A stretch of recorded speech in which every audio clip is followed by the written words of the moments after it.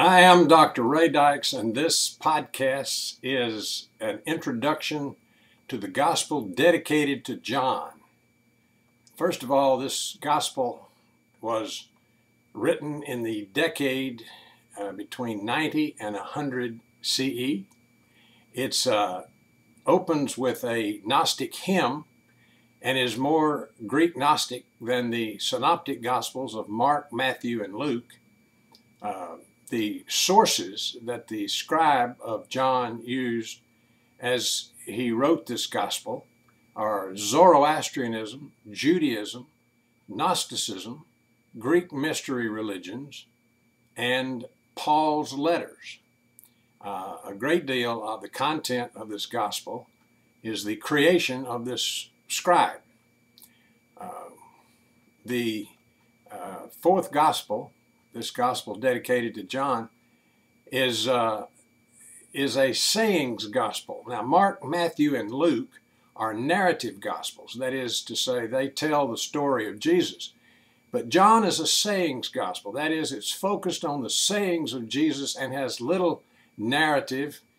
It has a little bit concluding with the narrative of the crucifixion and resurrection.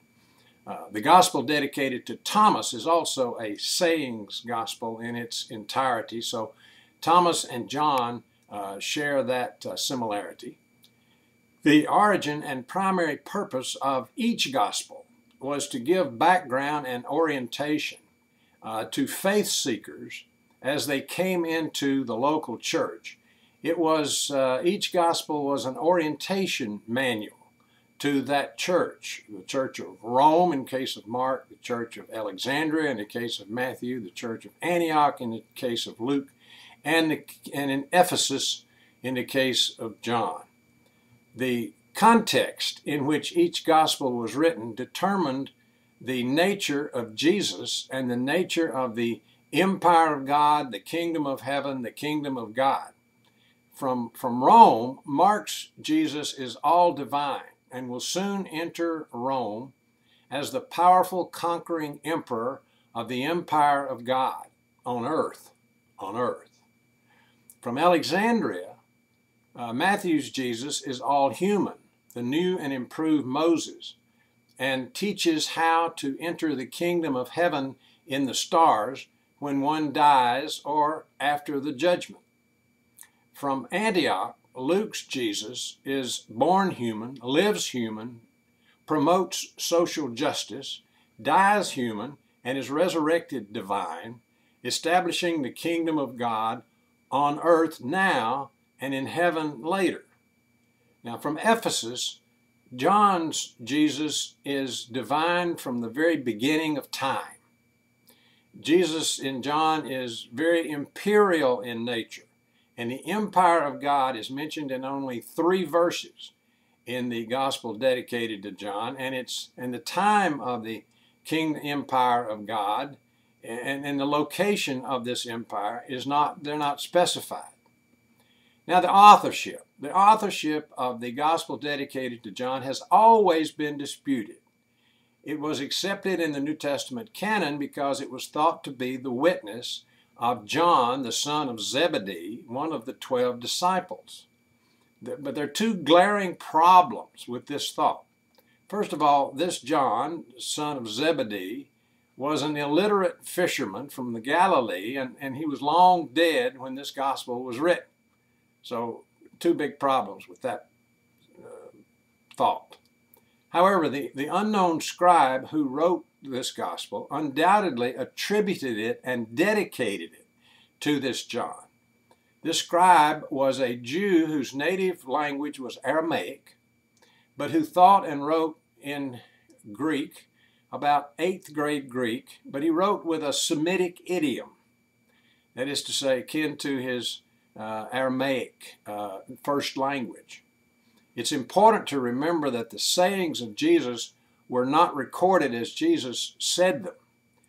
Now, it's also important to remember there was an oral tradition that was made possible by an illiterate society whose memory was sharpened because of its people's inability to read. However, except for possibly 3 sayings. The vast majority of Jesus' sayings is the creative theology of the scribe of this gospel.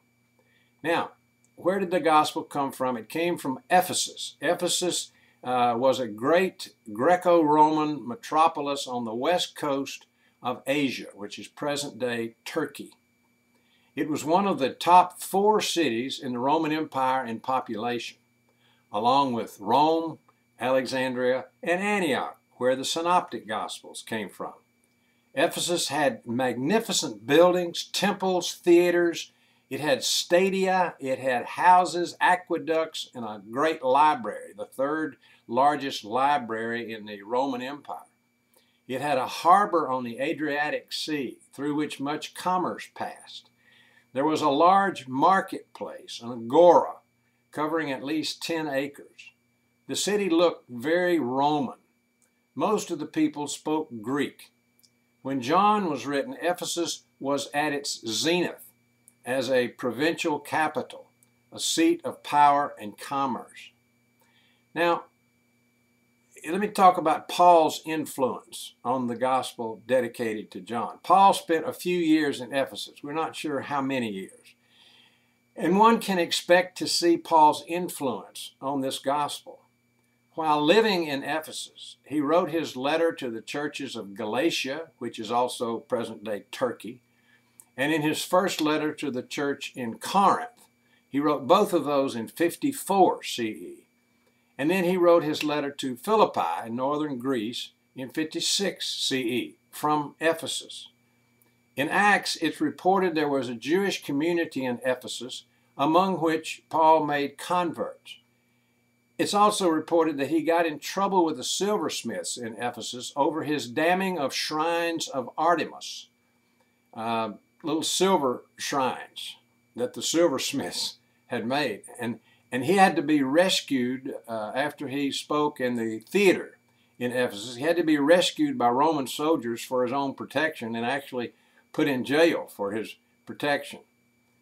Paul's influence on Mark, because he finished his work in Rome, and that's where he taught the Roman church, and his influence on Luke, because Antioch was his home church. His influence is different on these 2 gospels because it's subtle. But Mark and Luke contain stories about Jesus, and Paul had little concern about Jesus' human life. Paul was very much interested in Jesus as the divine. Paul's theology is more pronounced in John because John is mostly about theology. Now, one last note.